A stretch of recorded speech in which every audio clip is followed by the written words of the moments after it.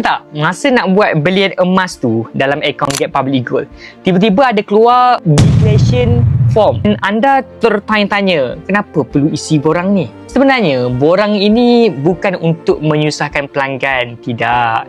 Ia adalah sebahagian daripada prosedur pematuhan undang-undang di bawah Akta Amla 2001, itu undang-undang berkaitan dengan pencegahan pengubahan wang haram dan transaksi kewangan yang mencurigakan. Fungsinya mudah.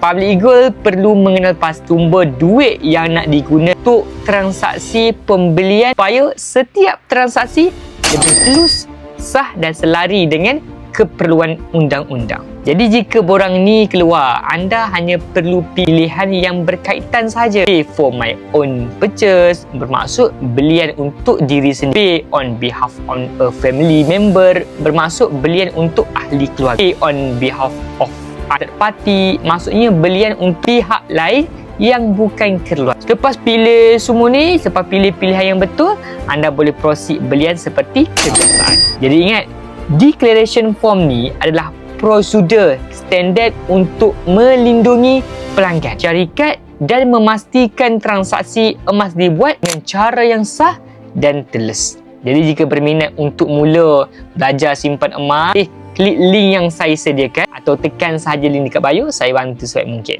Jumpa emas 1 gaji.